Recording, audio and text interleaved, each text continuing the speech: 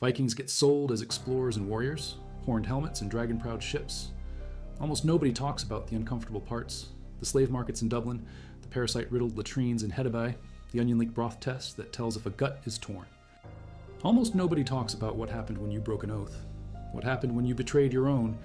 In a world bound not by paper contracts, but by sworn words and shared blood, treason wasn't just a crime. It was a poison that could dissolve reality itself. And the methods they used to purge that poison were more intimate, more terrifying, and more permanent than a simple execution. You didn't just die, you were erased. We have found 5 specific ways this was done, 5 documented methods for silencing a traitor. Each more profane than the last. They range from social assassination to the most debated ritual killing in history. If you value documented history, where we dig into the uncomfortable truths using the original texts and archaeological data, subscribe. It's the best way to support our work.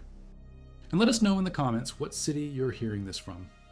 This entire script is built on factual research, drawing from sources like the Sagas, the 13th century Icelandic law codes that provide an unparalleled window into the Viking legal mind, and the forensic reports from execution sites like the Ridgeway Hill Burial Pit in Dorset, published in 2012 by the Dorset Natural History and Archaeological Society. These aren't just stories, they're cold cases, pieced together from laws and bones. Now back to the information. Number 1, the social death of need. Before the axe fell, before the rope tightened, your name had to be destroyed. In the Norse world, your honor, your reputation, was your entire worth. It was a tangible force, something you could build, defend, or have stolen from you. The ultimate tool for this theft was called an níðingr. This isn't just an insult, it's a formal, legal, and spiritual declaration that you are no longer a human being of worth. You are a wretch, a villain, a nothing.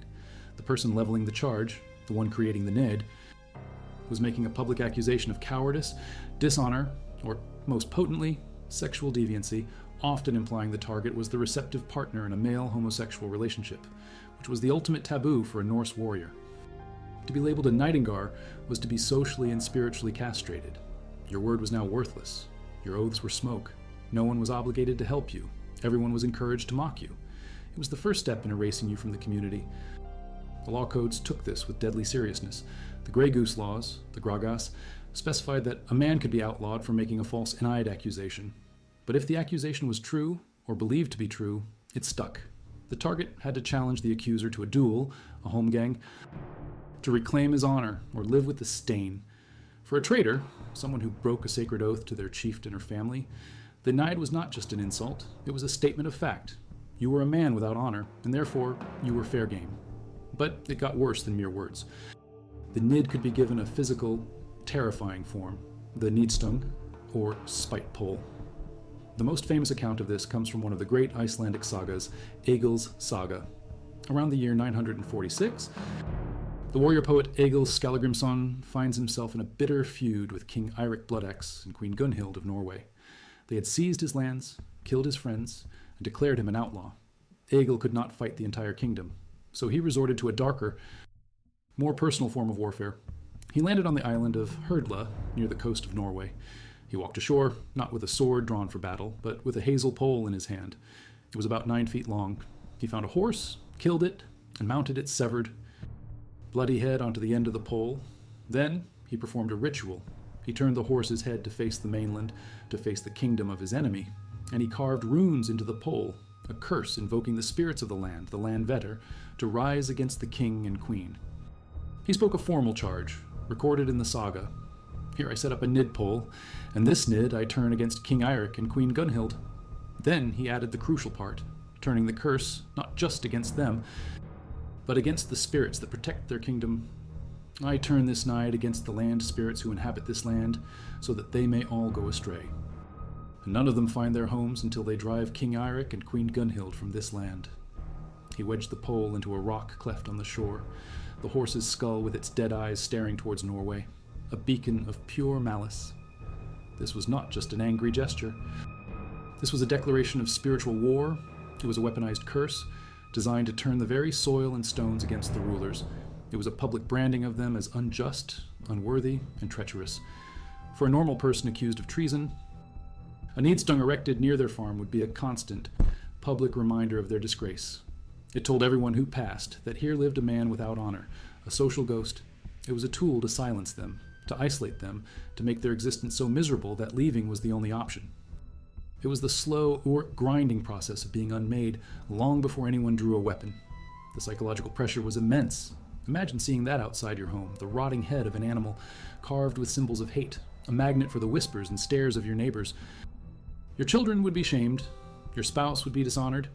It was a death sentence for your entire lineage's reputation, delivered on a wooden stick. Before you were killed, you were made to feel as if you were already dead. Number 2, the living death of outlawry. If Nide was the social bullet that killed your reputation, outlawry was the legal mechanism that buried the body. In the Viking world, especially in places like Iceland without a strong central king, the law was everything. The annual meeting of the Althing, the open-air parliament held in a volcanic rift valley, was where the rules of society were made and enforced. And the most extreme punishment they could hand down was to declare a man skogarmaður, a forest man. This is full outlawry, and it was, in every practical sense, a death sentence. It just wasn't one that was carried out immediately. When you were declared a full outlaw, you ceased to exist in the eyes of the law. All of your property was forfeit. It was divided up, some going to the man who brought the case against you, some to the community. Your wife could legally remarry as if you were dead. Your children were now legally fatherless. You were forbidden from receiving any form of help. No one could give you food, shelter, or even speak to you. To offer an outlaw aid was to become an outlaw yourself. The law was explicit and brutal. The Sagas states an outlaw should be fled from, wherever men and beasts are, from men's homes and from God's house, from land and from sea. You were cast out of the world of men. And the most terrifying part, your life was now worthless. Any person who found you could kill you. Not only was it legal to kill an outlaw, but it was sometimes encouraged. There was no penalty, no fine, no blood price. Your death was a public service, like killing a wolf. You were now the prey. The sentence gave you a short grace period to flee the country, but passage on a ship cost money, and all your money was gone. It required a captain willing to take you, and helping you was now a crime. So your only real option was to run to the Skagar, the forest, the wilderness, the uninhabited highlands of Iceland. You became a literal forest man. You had to survive in a brutal landscape, hunted not just by the elements, but by any man who wanted to make a name for himself or claim the small bounty sometimes placed on an outlaw's head. This was the fate of a traitor, someone who murdered a kinsman, who broke a sworn oath to a chieftain, who betrayed the trust of the community. Their crime was so severe that they were not just removed from society, they were surgically amputated from it. The story of Gisli Sursun, from the Icelandic saga that bears his name, is the quintessential outlaw narrative. Around the year 962, Gisli is caught in a web of betrayal and revenge, ultimately killing his own brother-in-law. For this crime, he is declared a full outlaw at the Althing. For the next 13 years, Gisli lives as a ghost in his own country. He moves from one hidden camp to another, relying on the secret help of his wife, Aude, and a few loyal friends who risk everything for him. The saga paints a grim picture of his life. Constant paranoia, living in caves and huts in the remote West Fjords, haunted by prophetic dreams of his own death. He is relentlessly hunted by his enemies, led by his slain brother-in-law's brother, a man named Burke the Stout. The tension is relentless. Every stranger is a potential killer. Every night is a risk. Finally, around the year 975, his hiding place is discovered. Gisli, cornered and with no escape, makes his last stand. He fights with legendary bravery, killing several of his attackers before he is finally cut down. The saga describes his death in gory detail, noting that he stood, unmoving, even after his guts spilled out onto the snow. Gisli's story illustrates the grim reality of outlawry. It wasn't a quick death. It was a slow, agonizing process of social and psychological disintegration. You were stripped of everything that made you a person. Your property, your family, your community, your legal rights. You were a walking corpse, and the world was just waiting for someone to do the favor of putting you in the ground. For a traitor, this was considered a just fate. You broke the bonds of society, so society would break you, completely and utterly, turning your own homeland into a hunting ground where you were the prize. The legal framework behind this was incredibly detailed. It wasn't just one type of outlawry. The Sagas differentiated between Fjorbaugssgarder, or lesser outlawry, and Skoganger, full outlawry. Lesser outlawry was a punishment for less severe crimes. It was a form of temporary banishment, usually for 3 years. You lost a significant portion of your property, but not all of it. You had to leave Iceland for that period, but you could eventually return and be reinstated into society. You were still technically a person under the law, just a disgraced one. Full outlawry, Skaganger, was permanent. It was for the worst crimes, killing a family member, repeated and uncompensated killings, and, of course, profound acts of betrayal against one's sworn lord or the community. The declaration itself was a public ritual at the Althing. A prosecutor would stand before the Law Rock, the Lugberg, and formally name the accused and their crime. If the case was proven, the sentence was pronounced. From that moment on, the outlaw was fair game. There were even rules for killing them. The killer had to publicly announce the deed to prove it wasn't a secret murder, which was itself a crime. He had to show that he had killed a known outlaw, a man who had been legally stripped of his right to live. This system was the Viking Age solution to law and order without prisons or a police force. It was a system of self-regulation, where the ultimate punishment was to be ejected from the protective sphere of the law itself. You were no longer a member of the tribe. You were an animal. For the Vikings, a society built on the interlocking shields of kinship and loyalty, there could be no more profane fate. You weren't just silenced, you were redefined as something not worth listening to, something not even human. The silence was absolute because you no longer had a voice that the law would recognize. Number 3, drowning in the bogs. Some traitors weren't given the chance to run. For some crimes, the community demanded a more immediate, more final, and more secret form of justice. They were taken to the bogs, the peat bogs that dot the landscapes of Denmark, northern Germany. And Scandinavia were more than just marshland to the people of the Iron Age and the Viking Age. They were liminal spaces, places that were neither fully land nor fully water. They were seen as gateways to the other world, homes for gods and spirits. For centuries, people had placed offerings in these bogs, precious metal, weapons, even human sacrifices. The bog was a holy place, but it was also a place of execution. The Roman historian Tacitus, writing his book Germania in the late 1st century AD, gave us the first written account of this practice among the Germanic tribes, the ancestors of the Vikings. He wrote, "Traitors and deserters they hang on trees, cowards, shirkers, and the unnaturally vicious they plunge into the mire of the bog, with a hurdle thrown over them." This passage is chilling for its specificity. It suggests a tradition of using the bog as a tool of execution for crimes that brought shame and dishonor upon the community. Drowning a person in the bog wasn't just about killing them, it was about disposing of them in a way that was both final and symbolic. The bog was a place of concealment. A body pushed under the peat would vanish. The acidic, oxygen-poor water would tan the skin and preserve the body in a way that seemed supernatural, but it was hidden from the world of the living. This was not a respectable burial. The dead were not sent on their way to the afterlife with grave goods and honor. They were pinned down, held in the murky depths between worlds, trapped forever. This was a punishment for those deemed unworthy of joining the ancestors. Archaeologists have found hundreds of bog bodies across northern Europe. While many of the most famous examples, like Tollendman and Grauball Man from Denmark, date to the centuries just before the Viking Age, the evidence suggests this tradition of ritual deposition in bogs continued. The finds often show signs of extreme violence. Tollendman had been hanged, Lindoman in England had his throat cut, was bludgeoned on the head, and then left in the bog. Many bodies were found with withies or wooden stakes holding them down, just as Tacitus described. For the Viking Age, direct evidence of this exact practice is more scarce, but the sagas and the deep cultural memory point to its continuation. Drowning was a known method of execution, often reserved for those accused of witchcraft or other dark arts. The bog provided the perfect venue. It was a place outside the normal bounds of society, a fitting end for someone who had betrayed those bounds. The act of execution in a bog was laden with profane symbolism.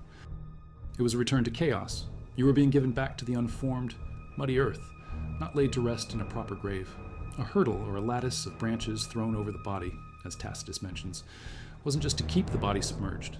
It was a symbolic cage, a final act of containment for a person whose actions had threatened the social order. They were being imprisoned in the mud for eternity. This method of silencing was total. The victim was removed from sight, their grave unmarked, their memory cursed. They would not receive a burial mound, a runestone, or a memorial poem. They would simply be gone. In a society that placed immense value on memory and legacy, to be forgotten was a fate worse than death. The bog ensured that forgetting, it swallowed the traitor, body and story, leaving nothing behind but a dark warning to others. It was a punishment that didn't just end a life.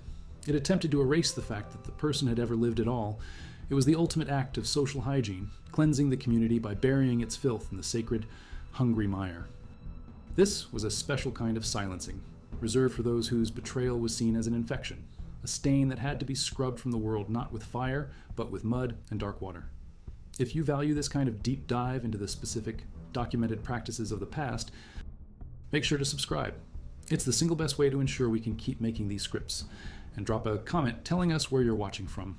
Now back to the information. The bog execution also connects to the Norse cosmos.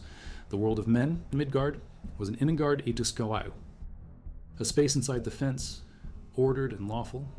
The world outside, the Utengard, was the realm of chaos, giants, and monsters.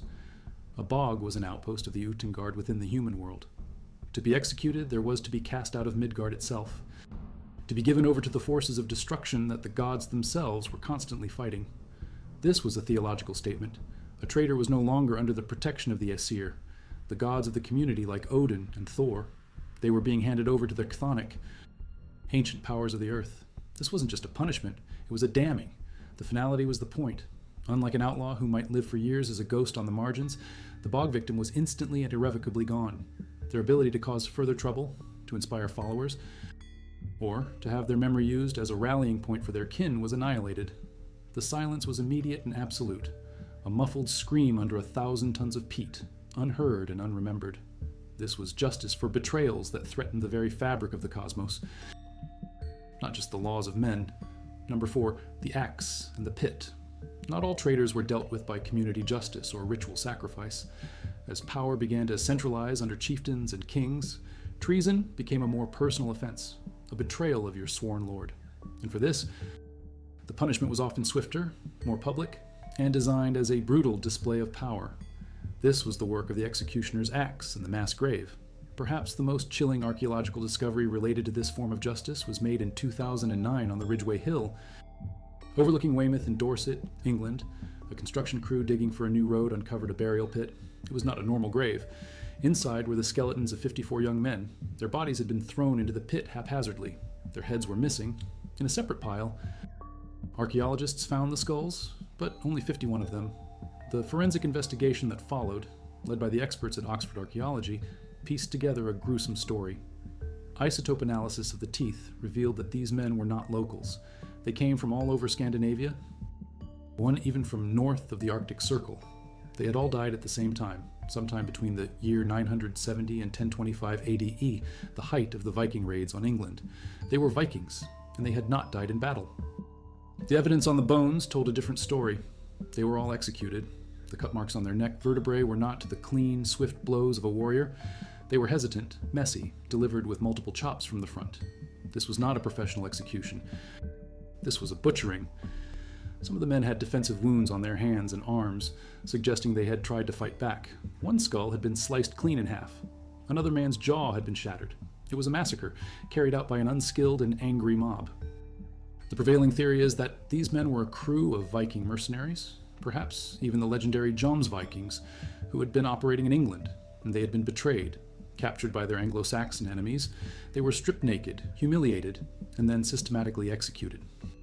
The act was a powerful message. This is what happens to invaders. This is what happens to those who threaten our king.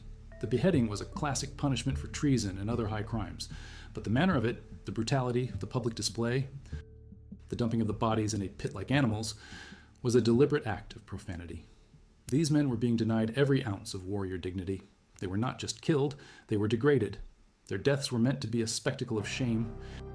The 3 missing heads add another layer of mystery and horror. Were they taken as trophies, put on spikes as a warning at the town gates?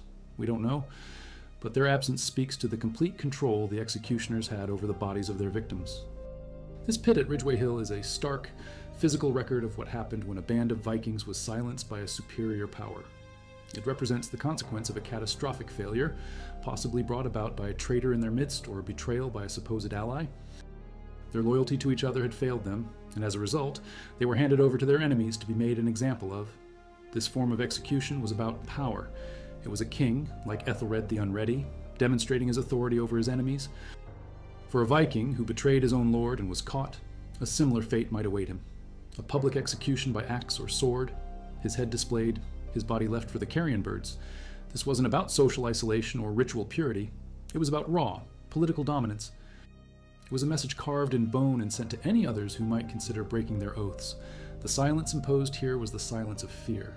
It was the quiet that falls over a crowd when the executioner raises his axe, a brutal reminder of where the real power lies. For these 54 men, their saga ended not in a glorious battle, but in a muddy pit in Dorset, a forgotten footnote of betrayal, their voices silenced forever by the cold English steel.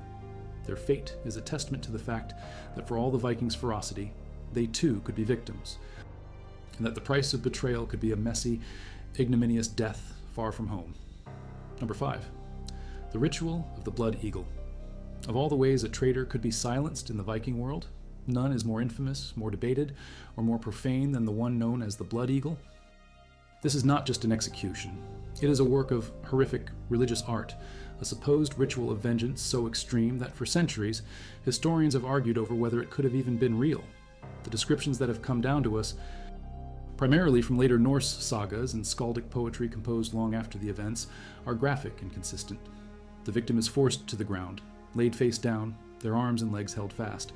The executioner then takes a sharp blade, perhaps a short knife or the point of a sword, and cuts the skin and muscle away from the spine. Then comes the part that defies medical belief. The ribs are severed from the spinal column, one by one, with an axe or heavy blade. They are then broken and forcibly bent outwards, creating a pair of bloody, flesh-covered skyward wings.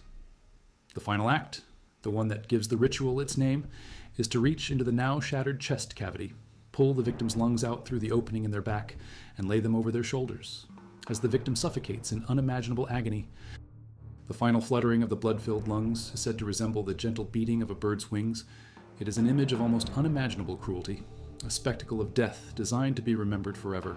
The sources, written hundreds of years after the Viking Age, name several prominent victims.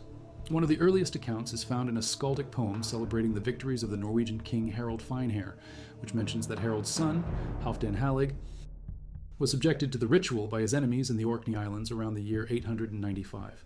The Orkneyinga saga, written in the 13th century, gives more detail, claiming Einar, the Jarl of Orkney, performed the ritual himself as a sacrifice to Odin.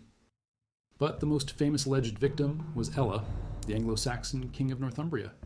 According to the sagas, Ella was responsible for the death of the legendary Viking hero Ragnar Lothbrok, supposedly by casting him into a pit of snakes. In revenge, Ragnar's sons, including Ivar the Boneless and Ubba, led the great heathen army into England. They captured Ella at York in the year 867 and subjected him to the Blood Eagle. The Tale of Ragnar's Sons, a 13th century text, describes it starkly. They caused the bloody eagle to be carved on the back of Ella, and they cut away all of the ribs from the spine, and then they ripped out his lungs. This was presented as the ultimate act of vengeance, a son's filial duty to his murdered father, executed in the most horrific way imaginable. A public display of Viking fury against a Christian king. The 12th century Danish historian Saxo Grammaticus tells a similar, though less surgical story in his Gesta Danorum, stating that Ragnar's son Bjorn Ironside incised the figure of an eagle on his back, tormenting him to death, adding another layer to the persistent literary tradition of this specific, symbolic revenge. But was it real? This is where the debate rages, splitting the academic world. Skeptics, like the influential Yale historian Roberta Frank, argue forcefully that the blood eagle was never a real practice. In her 1984 paper, Viking Atrocity and Skaldic Verse, Frank proposes that the entire ritual was born from a literary misunderstanding, or perhaps a deliberate literary invention. The original, older Skaldic poems are notoriously complex, filled with poetic metaphors called kennings. She argues that Christian writers in the 12th and 13th centuries, like the Icelandic chieftain Snorri Sturluson, were looking back on their own pagan past with a mixture of fascination and condemnation. Already primed to see the pre-Christian Vikings as demonic brutes, they may have misinterpreted phrases about carving an eagle on a victim's back. A phrase like, letting the eagle tear at the back, could simply be a poetic way of saying someone was killed in battle and their corpse was left for carrion birds, like eagles and ravens, to feast upon, a common sight on a Viking Age battlefield.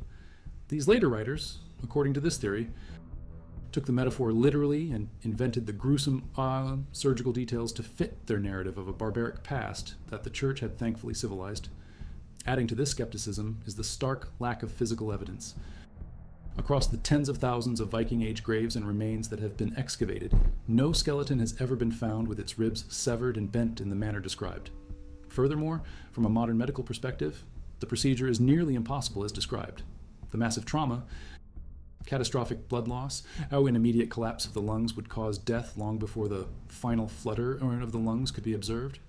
However, other historians, like Alfred Smith, have argued that it could have been a real, and if exceedingly rare, ritual practice.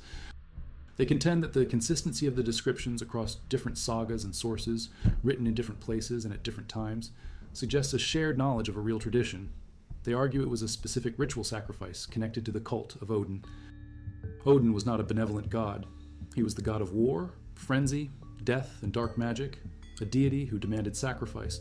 He himself hung for 9 nights on the world tree Yggdrasil, wounded with a spear, sacrificing myself to myself, to gain knowledge of the runes. The idea of ritual suffering was central to his worship. An eagle was one of his primary symbols, and he was known as the raven god. To carve an eagle onto a hated enemy, especially one guilty of patricide or the ultimate betrayal of a chieftain, would be a fitting, if horrifying, tribute to the All-Father. In this context, the blood eagle wasn't just an execution, it was a religious ceremony. It was a way of marking the victim for Odin, ensuring their soul was delivered to him in a spectacle of pain and power. The extreme cruelty was the point. It was meant to create a memory that would never fade, a story of vengeance so potent it would be told for 1,000 years. The traitor wasn't just killed, their very body was transformed into a profane offering, a testament to the consequences of their crime. Number 6, silencing by silver. Not all treason involved a sword in the back or betrayal on the battlefield. In the sprawling, interconnected world of Viking trade, which stretched from the shores of North America to the markets of Baghdad, a man's word was his bond, and his honesty was his capital. Betrayal in this world was often quieter, a crime of numbers and scales, but the punishment for it could be just as complete a silencing as the executioner's axe. This was economic treason, and it was met with total financial and social ruin. The law codes, particularly the Icelandic Gragas, are filled with detailed regulations about commerce, shipping contracts, loans, and partnerships. This demonstrates how seriously they took the integrity of their economic system. Imagine you are a merchant in the 10th century. You sail from Hedeby in Denmark with a cargo of fine Frankish swords. You have a partnership agreement with a man in Norway to trade those swords for a shipment of walrus ivory, a luxury good in high demand in the Islamic world. The deal is sealed with a handshake and a sworn oath before witnesses. If you arrive and your partner tries to give you lower quality ivory from a young walrus instead of the prized tusks of a bull, he has committed more than just fraud. He has broken a sacred oath. This was a form of treason against the very trust that held the trading networks together. The first consequence was legal. The cheated party could take the case to the local assembly, or thing. If the fraud was proven, the guilty party would be ordered to pay a massive fine. A febeter, or monetary compensation, often many times the value of the original goods. This fine wasn't just a repayment, it was a punitive measure designed to be ruinous. Failure to pay this debt, or a refusal to accept the court's judgment, would have one ultimate conclusion. The debtor would be declared an outlaw. They would suffer the same fate as a murderer, hunted and stripped of all legal protection. But even if they paid, the social punishment was often worse. Their reputation was shattered. In a world without credit scores or background checks, a traitor's name was everything. Word of the fraud would travel with the speed of a longship. No one would partner with them. No captain would allow them on their ship. No merchant in any port from Dublin to Styria and Ladoga would trade with them. They were effectively blacklisted from the global economy. This was a slow, agonizing form of silencing. They were not killed, but their ability to live, to provide for their family, to maintain their status, was choked off. They were forced into a kind of economic exile, a ghost in the bustling markets where they once did business. The physical proof of this obsession with fair dealing lies in the ground. Archaeologists at major Viking trading centers like Birka and Hedeby have unearthed numerous sets of standardized weights and finely balanced scales. In a grave on the Isle of Giga in Scotland, a Viking trader was buried around the year 900 with his scales, a full set of lead weights, and a hoard of coins and silver bullion. These weren't just tools, they were the symbols of his profession and his honor. To be found with a tampered weight was to be found a traitor to your trade, and the penalty was to be silenced by the very silver you so greedily coveted. The true horror of all these methods, the social death of Enniad, the living death of outlawry, the watery grave of the bog, the butcher's pit, the legend of the blood eagle, And the slow ruin of economic exile is not just in their physical violence, it is in their thoroughness. They were all designed to do more than just end a life. They were designed to erase a person from memory, to deny them honor in this world and peace in the next, to sever their name from the chain of ancestors. In a society where your name and your story were the only things that truly survived you, this was the ultimate punishment, the final silence. But the entire system of honor, outlawry, and blood feud was itself silenced in the end. The late factual reveal is not a newly discovered grave, but a change in the law itself, found in the codes of the 11th century King Knut the Great, a Viking who ruled England. His laws began to systematically replace the right to private vengeance and outlawry with a system of fines and compensations, or wergild, to be paid not to the victim's family, but directly to the king's representative. A betrayal of a lord was no longer just a spiritual stain to be cleansed with ritual killing. It became a financial crime, an offense against the king's peace and his treasury. The king realized it was far more profitable to tax crime than to allow his subjects to exterminate each other for honor. In the end, the old ways were not defeated by the cross, they were bought by the crown. Treason stopped being a sin against the gods that required a profane sacrifice. It became a debt to the king, and a king always collects.